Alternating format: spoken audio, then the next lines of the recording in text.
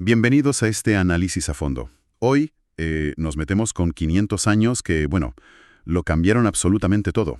Todo, sí. Para que nos hagamos una idea rápida, en 1500 éramos unos 500 millones de sapiens. Hoy, 7.000 millones. Una barbaridad. Increíble el salto. Y la producción global, de unos 250.000 millones de dólares, a valor actual, claro, a casi 60 billones. Es que las cifras marean. Totalmente.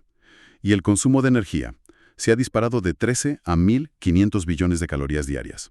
O piensa en esto, un acorazado moderno de hoy aparece en 1492 y hunde todas las flotas de Colón y compañía en, ¿qué? Minutos. Sí, sin despeinarse. O la memoria de un solo smartphone de hoy podría guardar cada texto de cada biblioteca medieval que existiera.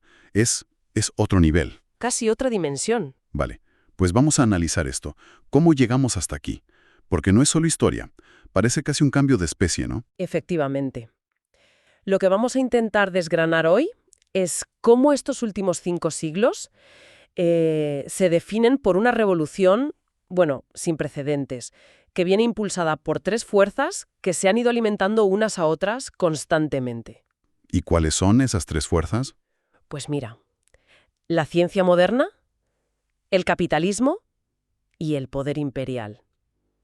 Vamos a rastrear, basándonos en las fuentes que manejamos, cómo este tridente, digamos, transformó la economía mundial, la sociedad y, ojo, hasta lo que significa ser humano. Entendido. Ciencia, capital e imperio. Exacto. Y lo verdaderamente fascinante aquí, y creo que esto es crucial para entender la historia económica más reciente, es ver cómo estas fuerzas, que parecen separadas, crearon un ciclo que se retroalimentaba y lo reconfiguró todo. Un ciclo imparable. Y justamente esta exploración busca ofrecer esa perspectiva, ¿no? Una visión profunda, casi de nivel universitario, que sirva, por ejemplo, para asimilar mientras uno está activo, conduciendo, en el gimnasio. Eso es. Conectaremos las grandes tendencias con detalles reveladores, sacados directamente de las fuentes. Así que, si te parece, empecemos por esa revolución científica. Normalmente la vemos como una revolución del conocimiento, ¿verdad? Pero las fuentes sugieren algo distinto, más radical. Exacto. La presentan como una revolución de la ignorancia. De la ignorancia.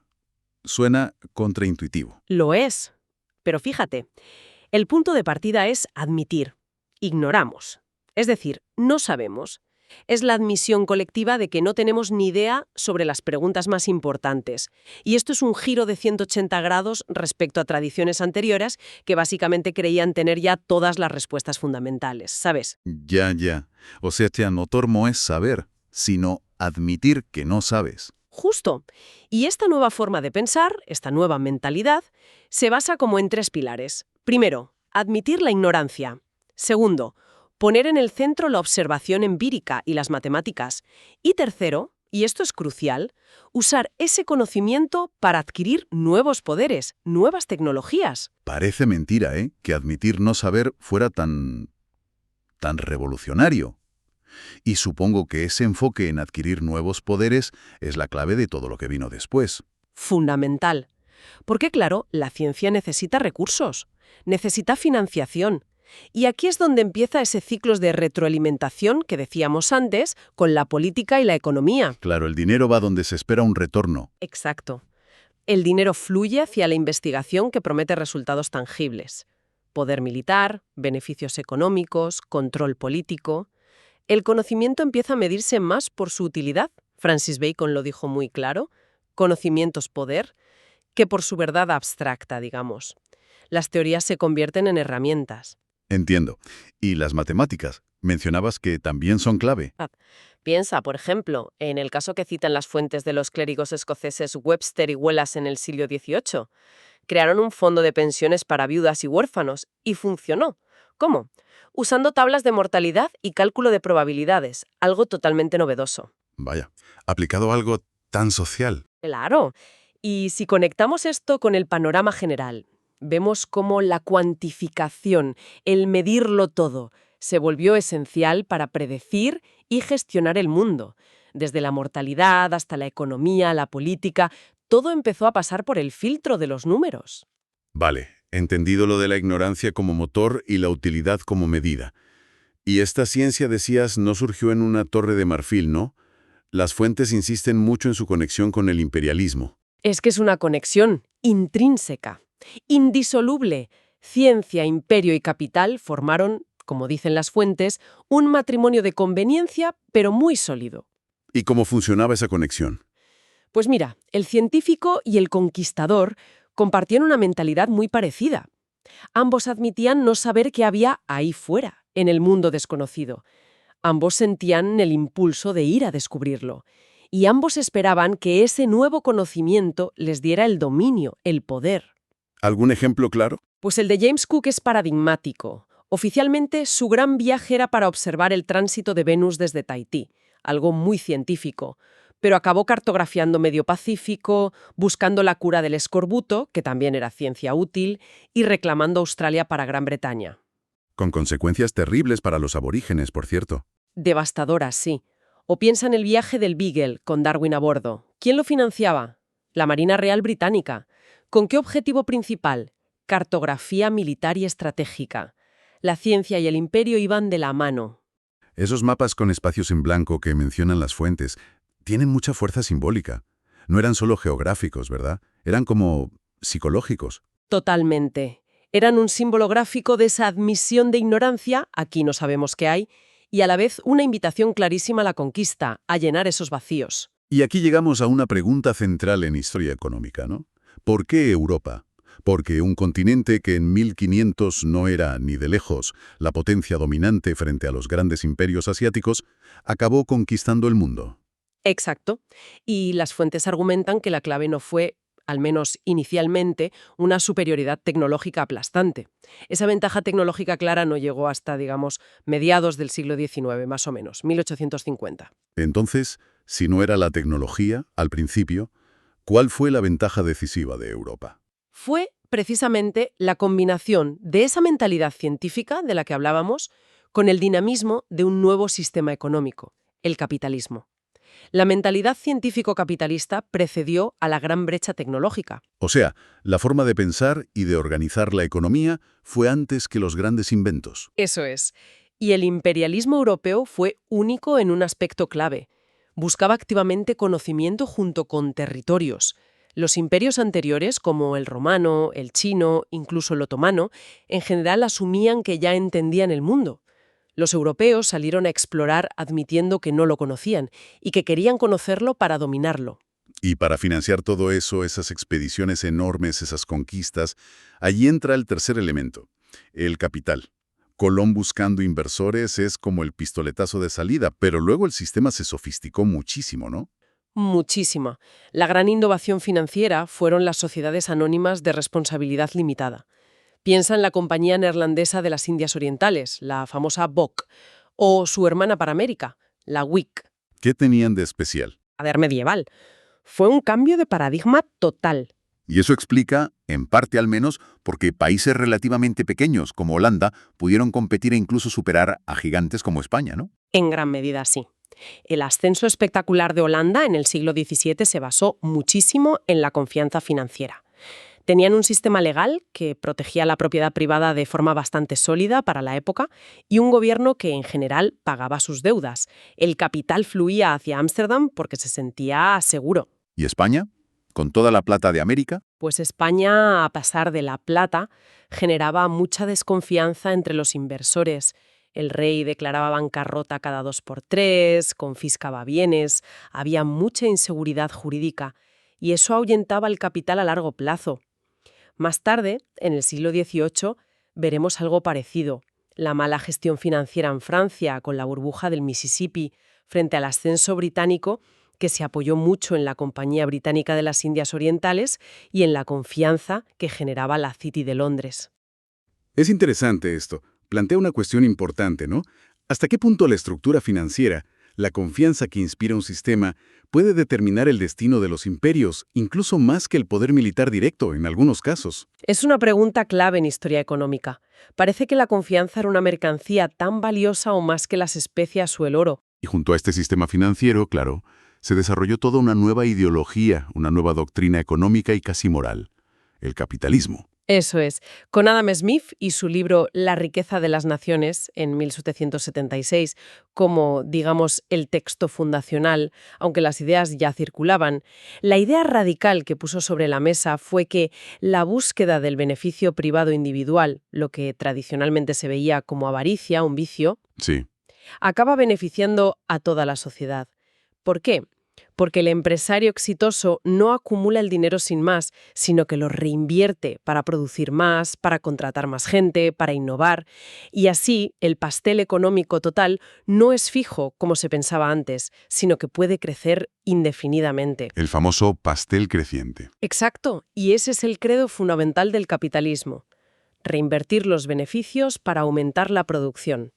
Ahí está la diferencia clave entre capital, que es dinero que busca generar más dinero a través de la producción, y riqueza, que es dinero que se atesora o se gasta en lujos improductivos, como hacía, por ejemplo, la nobleza tradicional. Entonces, si lo miramos en perspectiva, esto significa un cambio ético brutal, ¿no? El crecimiento económico se convierte en el bien supremo, casi en una nueva religión secular. Totalmente. Pero una religión con un lado muy, muy oscuro. Porque este sistema capitalista imperial, sobre todo en sus primeras fases, generó unos costes humanos terribles. ¿En qué sentido? Bueno, los gobiernos a menudo actuaron directamente al servicio del capital, no del bienestar general. Las guerras del opio son un ejemplo extremo y vergonzoso. Gran Bretaña forzó militarmente a China a aceptar la importación de opio para equilibrar su balanza comercial, porque necesitaban pagar el té que importaban. Increíble. O la intervención británica en Egipto en 1882. El motivo principal, asegurar que Egipto pagara las deudas contraídas con inversores europeos. O la propia independencia de Grecia, que se financió en parte con bonos vendidos en la Bolsa de Londres. De repente, la calificación crediticia de un país, su capacidad para devolver deudas, pasó a ser casi una cuestión de seguridad nacional. O sea que el libre mercado nunca fue tan libre. Siempre necesitó un poder político detrás. Siempre. Necesitó un marco político que generara confianza, que hiciera cumplir los contratos. Y también, con el tiempo, que limitara los abusos más flagrantes, como los monopolios o la explotación laboral más salvaje, aunque eso costó mucho. Y supongo que el ejemplo más terrible de esos abusos, de ese lado oscuro, es la trata de esclavos, ¿no? Sin ninguna duda. La trata de esclavos atlántica fue una empresa capitalista inmensa, increíblemente rentable para muchos y organizada con criterios de eficiencia económica muy modernos para la época. Pero claro, basada en una deshumanización total de millones de personas y una indiferencia escalofriante hacia el sufrimiento humano, vidas destruidas en nombre del beneficio puro y duro. Es estremecedor pensarlo en esos términos. Lo es. O piensa en otros ejemplos que dan las fuentes. La terrible hambruna de Bengala, bajo la administración de la Compañía Británica de las Indias Orientales, donde las políticas de maximizar beneficios contribuyeron a la catástrofe. O las atrocidades cometidas en el llamado Estado Libre del Congo, que era propiedad personal del rey Leopoldo II de Bélgica, para extraer caucho a cualquier coste humano. Son ejemplos brutales de lo que pasa cuando el crecimiento económico y el beneficio se convierten en el único objetivo, por encima de cualquier otra consideración ética o humana. Es un coste humano aterrador el que mencionas. Y esa dinámica de crecimiento a toda costa, de buscar más producción, más beneficios, se aceleró todavía más con la siguiente gran sacudida histórica, ¿no? La revolución industrial, que fue sobre todo una revolución energética. Exactamente. Antes de la revolución industrial, la humanidad dependía casi totalmente de la energía solar, la que capturaban las plantas a través de la fotosíntesis y que luego convertíamos en músculo, ya fuera humano o animal, para trabajar. Era un límite fundamental. Un cuello de botella energético, digamos. Eso es. La revolución industrial rompió esa dependencia al aprender a convertir masivamente unas formas de energía en otras, sobre todo el calor en movimiento. La máquina de vapor es el gran símbolo. Empezó bombeando agua de las minas de carbón, pero enseguida se adaptó a los telares, a las fábricas y luego revolucionó el transporte con los trenes y los barcos de vapor. Y después vinieron otras fuentes de energía. Claro, luego vinieron el motor de combustión interna, que funciona con petróleo, y la domesticación de la electricidad. De repente teníamos acceso a océanos de energía fósil acumulada durante millones de años y, teóricamente, a cantidades casi ilimitadas de otras fuentes, como la solar directa o la nuclear, aunque esas tardaron más en desarrollarse. Y pasó algo parecido con los materiales. No solo usamos los que encontrábamos, sino que empezamos a descubrir y crear nuevos, como el aluminio, los plásticos, el silicio para la electrónica. El proceso Haber-Bosch que mencionan las fuentes. Fundamental, sintetizar amoníaco a partir del nitrógeno del aire. Parece algo técnico, pero es la base de los fertilizantes modernos que permiten alimentar a la población actual. Otro salto cuántico en la capacidad productiva. Y esa revolución industrial, claro, no se quedó solo en las fábricas. Transformó también el campo, la agricultura. Radicalmente. Es lo que a veces se llama la segunda revolución agrícola, que va en paralelo a la industrial. Máquinas como los tractores, las cosechadoras, reemplazaron al trabajo animal y humano a una escala masiva. Los fertilizantes y pesticidas químicos dispararon los rendimientos por hectárea. Y el transporte refrigerado permitió llevar alimentos de una punta a otra del planeta. Pero esto también tuvo otra cara, ¿no? La industrialización de los propios animales. Sí, y es una cara muy dura. Los animales de granja dejaron de ser vistos en gran medida como seres sintientes para ser tratados casi como meras máquinas biológicas de producir carne, leche o huevos. Se les empezó a optimizar para la máxima eficiencia productiva, a menudo en condiciones terribles de hacinamiento y sufrimiento, como describen las fuentes y como lamentablemente sigue ocurriendo hoy en muchas granjas industriales. Los experimentos de Harry Harlow con monos. Son terribles, sí. Demostraron científicamente la crueldad y el daño psicológico profundo que causa negar las necesidades emocionales básicas, como el contacto y el afecto, a los mamíferos, incluso si sus necesidades puramente físicas de comida y agua están cubiertas. Nos dieron una lección sobre la importancia del vínculo que quizá no hemos aprendido del todo. Pero claro, desde una perspectiva puramente económica, esa eficiencia agrícola, por muy brutal que fuera, fue la que liberó a millones y millones de personas del campo para ir a trabajar a las fábricas y luego a las oficinas, ¿no? Exactamente. Esa es la base demográfica y laboral que sustenta todo el orden socioeconómico moderno. Sin esa revolución agrícola, que produjo muchísima más comida con muchísima menos gente, la industrialización masiva y la urbanización que vimos en los siglos XIX y XX habrían sido sencillamente imposibles. Pero claro, esto generó un nuevo problema económico, por llamarlo así, la sobreproducción. Si de repente podemos producir muchísimas más cosas, ropa, muebles, herramientas, de todo, ¿quién compra todo eso? Buena pregunta. Y la respuesta fue, bueno, hubo que inventar al consumidor moderno. Inventarlo. Sí, en cierto modo. Hubo que crear una nueva ética, una nueva mentalidad, el consumismo. La frugalidad, el ahorrar, el contentarse con lo necesario, que habían sido virtudes tradicionales durante siglos, pasaron a ser vistas casi como un vicio, como algo antisocial que frenaba la economía. Curioso giro. Se empezó a fomentar activamente el deseo constante de comprar lo nuevo, lo mejor, lo último. La publicidad se convirtió en una industria gigantesca dedicada no solo a informar, sino sobre todo a crear esas necesidades y esos deseos. Ya no se trata solo de satisfacer demandas existentes, sino de generarlas continuamente. Las fuentes señalan una ironía tremenda con la obesidad. Sí, dicen que es como una doble victoria para el consumismo. Primero, la gente come en exceso, compra demasiada comida basura y eso hace crecer la economía. Y luego compran productos dietéticos, se apuntan al gimnasio, se hacen operaciones, más crecimiento económico. Es un círculo vicioso perfecto para el sistema. Y se establece una división ética bastante curiosa que apuntan las fuentes. La élite capitalista, los ricos, tienen como el deber moral de invertir, de ser austeros en su consumo personal para poder reinvertir y hacer crecer más el capital. Mientras que las masas, el resto de la población, tienen el deber moral de consumir, de desear sin fin, de comprar y comprar. El paraíso ya no está en el más allá, está en el próximo centro comercial, en el próximo gadget. Todo este torbellino económico, tecnológico, de consumo, tuvo que tener un impacto social y cultural enorme, imagino. Permanente y continuo. Una auténtica revolución social que no ha parado. El impacto ecológico es el más obvio, quizá. Hemos transformado la faz del planeta, hemos causado extinciones masivas, dominamos la biosfera con nosotros y nuestro ganado. El problema hoy, dicen algunos, no es tanto que se nos acaben los recursos, sino que estamos degradando los ecosistemas de los que dependemos. ¿Y en la vida diaria qué cambió? Pues se impuso el tiempo industrial, los horarios fijos, los relojes por todas partes.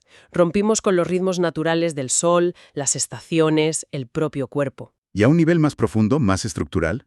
Se produjo el colapso gradual, a lo largo de los últimos 2 siglos, de las dos instituciones que habían estructurado la vida humana durante milenios, la familia extensa y la comunidad local. ¿Cómo ocurrió eso? ¿Por qué colapsaron? Bueno, porque sus funciones tradicionales, el cuidado de los niños y los ancianos, la educación, la sanidad, la seguridad, incluso el trabajo y el ocio, fueron siendo asumidas progresivamente por otras dos entidades mucho más grandes y abstractas. El Estado, con las escuelas públicas, la policía, la seguridad social, las pensiones, y el mercado, con los seguros privados, la industria del entretenimiento, el trabajo asalariado fuera de casa. ¿Y eso qué consecuencias tuvo? Pues trajo consigo, por un lado, un auge sin precedentes del individualismo, con mayores libertades personales, claro, pero también, por otro lado, un coste tremendo en términos de alienación, de soledad, de pérdida de esos vínculos fuertes y cercanos que daban sentido y apoyo a la vida antes. ¿Y qué llenó ese vacío emocional que dejaron la familia y la comunidad tradicional? Las fuentes hablan de comunidades imaginadas, construcciones sociales que nos dan un sentido de pertenencia. Por un lado, la nación. El Estado nos ofrece una identidad colectiva, un orgullo nacional, un sentimiento de formar parte de algo más grande que nosotros mismos. Y por otro lado, las tribus de consumidores. El mercado nos ofrece identidad a través de las marcas que usamos, los estilos de vida que adoptamos, los gustos que compartimos con otros. Son abstractas, pero poderosas. Inmensamente poderosas. Aunque sean constructos, la gente vive y muere por la nación y organiza gran parte de su vida en torno al consumo. Curiosamente, este nuevo orden global, aunque es increíblemente dinámico, cambiante y a veces caótico, se ha vuelto en ciertos aspectos clave más pacífico que nunca antes, sobre todo desde 1945. Más pacífico. Con las guerras que ha habido. Sí, pero fíjate, la Pax Atómica, la amenaza nuclear, hizo el coste de la guerra total entre grandes potencias impensable. Además, los beneficios económicos de la conquista militar directa disminuyeron mucho en comparación con el comercio. Las ideas pacifistas ganaron terreno moral. Y la interdependencia económica global creció tanto que una guerra a gran escala perjudicaría a casi todos. Obviamente, sigue habiendo conflictos, pero la escala de la violencia interestatal ha bajado drásticamente comparado con otras épocas. Entendido. 500 años de revoluciones en todos los frentes. Y llegamos a la pregunta del millón, la que sobrevuela todo esto. ¿Somos más felices? ¿Todo este progreso material, tecnológico, social, nos ha hecho realmente más felices? Es la gran incógnita, ¿verdad? El progreso material es innegable en muchos aspectos. Vivimos más sanos en general, tenemos más comodidades, pero su correlación con la felicidad subjetiva, con cómo nos sentimos realmente, es muy, muy debatida. ¿Qué dicen las fuentes al respecto? Pues mencionan varias perspectivas. Una idea importante es que la felicidad parece depender menos de las condiciones objetivas en sí, cuánto dinero tienes, cómo es tu salud objetivamente, y más de la correlación entre esas condiciones y nuestras expectativas. Ah, las expectativas. El gran problema moderno, quizás. Podría ser, porque la modernidad, por un lado, mejora nuestras vidas objetivamente en muchos sentidos. Pero por otro lado, a través de los medios de comunicación, la publicidad, la comparación social constante, dispara nuestras expectativas a niveles a menudo inalcanzables. Y si siempre esperas más de lo que tienes o te comparas con un ideal irreal, es fácil sentir una insatisfacción crónica, ¿no? Tiene todo el sentido, sí. Si siempre quieres más, nunca estás contento con lo que ya has conseguido. Hay otras perspectivas sobre la felicidad en las fuentes. Sí, claro. Está la perspectiva biológica, que sugiere que nuestra felicidad tiene un punto de ajuste más o menos fijo, determinado genéticamente por nuestra bioquímica cerebral, niveles de serotonina, dopamina.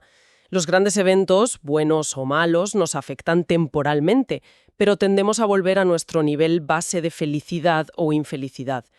Si esto es así, ¿importa tanto la historia, la economía, la política para la felicidad individual a largo plazo? Es una pregunta inquietante. Desde luego. ¿Alguna otra visión? También está la perspectiva que enfatiza la importancia del significado. Como decía Nietzsche, más o menos, quien tiene un porqué para vivir puede soportar casi cualquier cómo.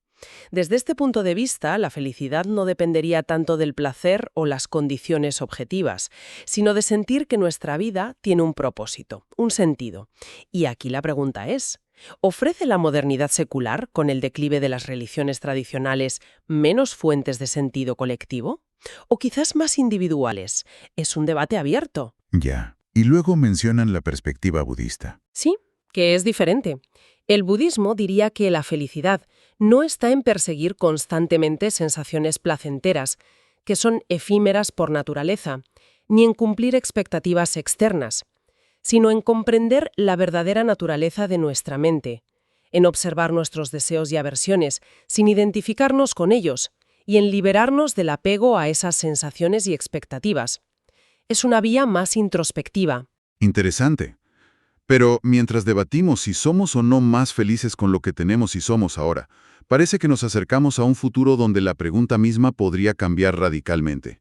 Porque podríamos rediseñar no solo nuestro entorno, sino a nosotros mismos, lo que significa ser humano. Exacto. Estamos empezando a hacer algo que nunca antes había ocurrido en 4.000 millones de años de vida en la Tierra.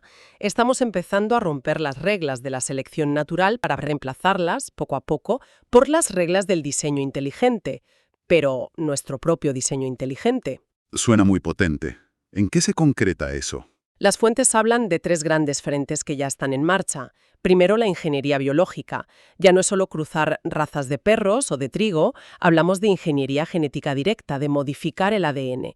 Ya hay ejemplos que mencionan ratones con memoria mejorada genéticamente, cerdos modificados para producir omega 3. El potencial a futuro incluye revivir especies extintas como el mamut o, lo más controvertido y quizá peligroso, rediseñar al propio Homo sapiens, mejorar nuestras capacidades físicas o cognitivas. El segundo frente serían los cyborgs, ¿no? La fusión de lo orgánico y lo inorgánico. Eso es.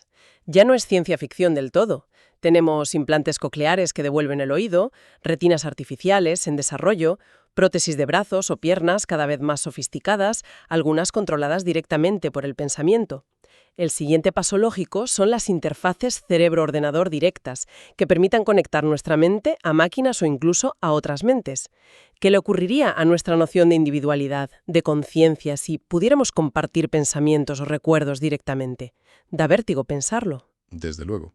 ¿Y el tercero? El tercero es la ingeniería de vida inorgánica, es decir, crear vida o inteligencia fuera de la base biológica del carbono.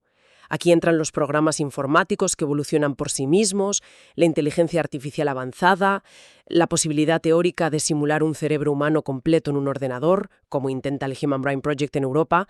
La vida podría, por primera vez, dejar de ser exclusivamente orgánica. Todo esto suena a ciencia ficción todavía para muchos, pero las bases científicas se están sentando ahora mismo. Nos estamos acercando a lo que algunos llaman la singularidad tecnológica. Es una posibilidad real, sí. Un punto hipotético en el futuro donde las transformaciones en nuestra tecnología, y por tanto en nuestra conciencia e identidad, sean tan rápidas y radicales que el término humano, tal como lo entendemos hoy, ya no aplique. Que dejemos de ser Homo sapiens. Las implicaciones éticas de todo esto son monumentales. Inabarcables casi. Piensa en lo que las Frances llaman el proyecto Gilgamesh, la búsqueda científica de la inmortalidad, bueno, más bien de la amortalidad. Evitar la muerte por vejez o enfermedad, aunque sigas pudiendo morir en un accidente. Si esto se consigue, ¿será para todos o solo para unos pocos privilegiados? O piensa en la creación de superhumanos con capacidades cognitivas o físicas muy superiores. ¿Crearía esto la mayor brecha de desigualdad de toda la historia? ¿Una brecha biológica entre los mejorados y los no mejorados? Revive el viejo mito de Frankenstein, ¿no? El miedo a crear algo que no podamos controlar, algo que nos supere y quizás nos destruya. Exacto. Ese miedo está ahí. Pero, paradójicamente, es precisamente ese deseo tan humano de trascender nuestras limitaciones, de vencer a la muerte y al sufrimiento, el proyecto Gilgamesh en esencia, lo que impulsa gran parte de esta investigación tan potencialmente transformadora y peligrosa. Entonces, ¿qué significa todo esto? ¿A dónde nos lleva esta reflexión final? Parece que nos conduce a una pregunta aún más profunda que las anteriores. Exacto. Si recapitulamos muy brevemente, estos últimos 500 años han sido un viaje absolutamente vertiginoso. La ciencia, el capital y el poder imperial, entrelazados de formas complejas, nos han dado un poder sin precedentes sobre el planeta Tierra. Y ahora, sobre nuestra propia biología. Hemos pasado de ser, un animal más, entre otros, a convertirnos casi en una fuerza geológica y biológica capaz de diseñar la vida misma. Y ese poder inmenso nos enfrenta, como concluyen las fuentes de forma muy potente, a la pregunta que quizás defina nuestra era, nuestro futuro inmediato. Pronto podríamos ser capaces no solo de satisfacer nuestros deseos como nunca antes, sino de diseñar nuestros propios deseos, de manipular nuestra bioquímica y nuestra psicología a voluntad. Ahí está la clave. Si podemos llegar a diseñar lo que queremos sentir, lo que queremos desear, entonces la verdadera pregunta, la más fundamental, ya no es ¿qué queremos llegar a ser?, sino una mucho más difícil. ¿Qué queremos querer? Uf. Un desafío monumental, ¿verdad? Nacido directamente de toda esta trayectoria histórica que acabamos de explorar juntos. Algo en que pensar sin duda.